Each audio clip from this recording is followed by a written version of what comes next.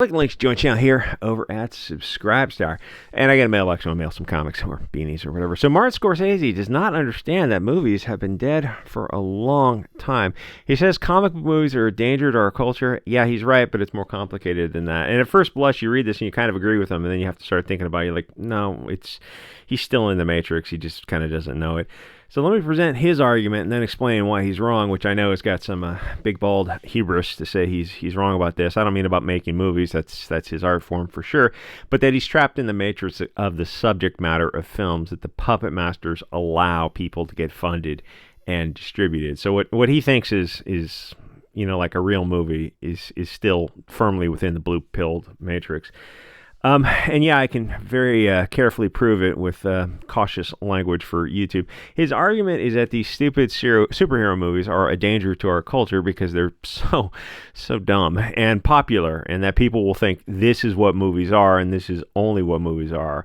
And yeah, he's absolutely right about that. I guess the pointless optimism for this is to think you can turn it around. He's got to be in his 70s, right? Maybe 80s.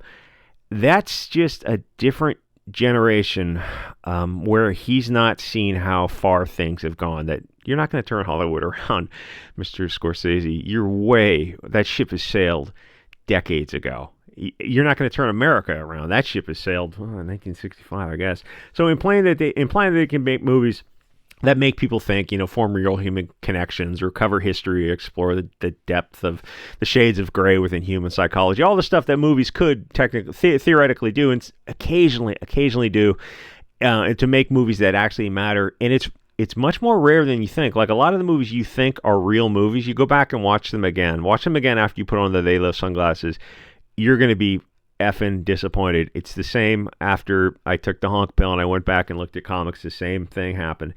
He's hoping that the thing is, but it's better to be awake and out of the Matrix. Was it like Vanilla Sky? No, it's better to be in the real world than to live in this kind of nerfed fake world, because then when you're in the Matrix, nothing makes sense, because it's like the heliocentric versus geocentric model of the solar system. It's like it just makes sense when it's elliptical orbit. Occam's razor there. It's like no, the orbit has to be this weird, bizarro, rotating torus shape. It's like no, that doesn't make sense.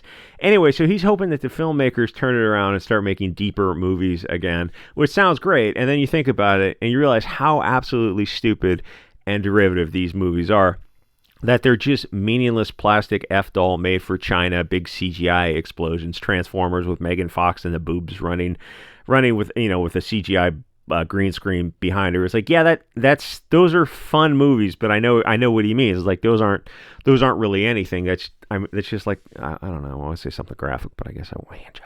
Yeah, he's right. And then you think back to that Lauren Boebert over the clothes hand job. That's a weird experience for like someone who's over 30s. Like, you guys have a hotel room you could go to and actually have do whatever you want there, or your own bedroom. It's like, it's weird we have to do that. Back in my day, we did not have cameras in theaters. You could do anything you want if the theater was a little quiet.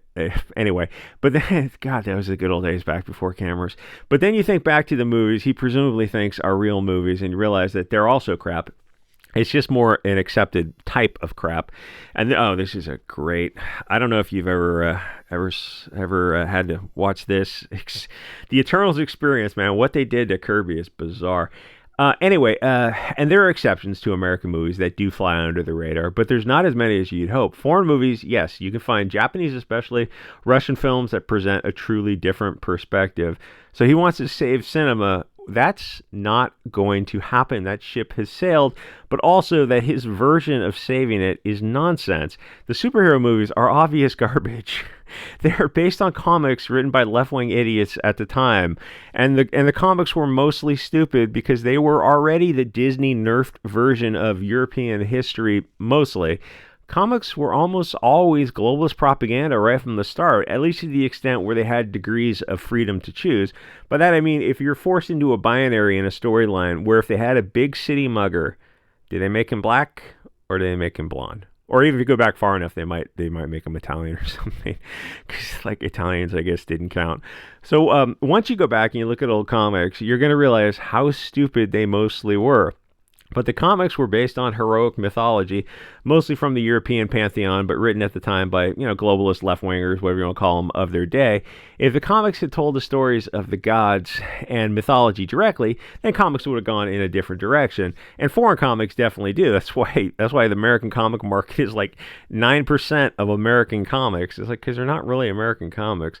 But they didn't. They took the inspiration and they used them to tell a story based on nothing, with no roots, no history, just plastic commercial zone America.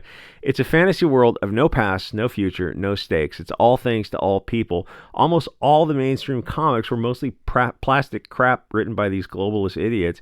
Nothing matters in the comics because everyone in them is fungible. They have no connection to anything. Though I will say Kirby writing the Eternals, wow, there's a lot to unpack there. You're not going to unpack it on YouTube because it has so many hot words and hot topics. And it sucks that you can't have honest discussions about things on YouTube just because it has hot topics. And the thing is, if you're a comic person, you know Kirby and you know the Eternals, but you have to go a step deeper than that to understand how it's kind of a little bit weird that his portrayal of it, and it sucks that that's the kind of the extent I can do it for YouTube. For Rumble and Odyssey, you can be a little bit more free. But anyway, the thing is, I know people who know comics. They know what I'm talking about with the Kirby Eternals. But this matters because the movies are derivative from comic garbage that they themselves are derivative from the core, the European mythology mostly. Though I mean, some of it's from around the world. To the point now, we're in the latest Thor movie, which I put on for a little bit last night to watch some of it. It's just impossible to watch. It's so stupid. But it's also insultingly stupid because Norse religion is still practiced today. In fact, it's a growing religion. The European paganism is growing, but the Norse gods are portrayed as needlessly cruel and petty. Gods have all aspects, of course, but to showcase only the European ones in a negative light is very telling. Then later in the film, they're in the pantheon of the Norse gods, and there are Africans and Middle Easterners and other non-European people in the pantheon of the Northern European people. Why exactly are there blacks in a Scandinavian mythos? Are Scandinavians in the Wakanda pantheon, the Shuri and what's it called, Black Panther? No, of course not. It would be just as ridiculous. Well, it's ridiculous both ways. When was Heimdall, the god of light, is sub-Saharan African?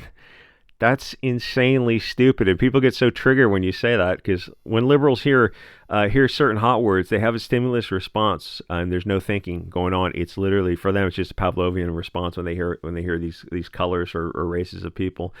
Isn't the Norse religion sacred?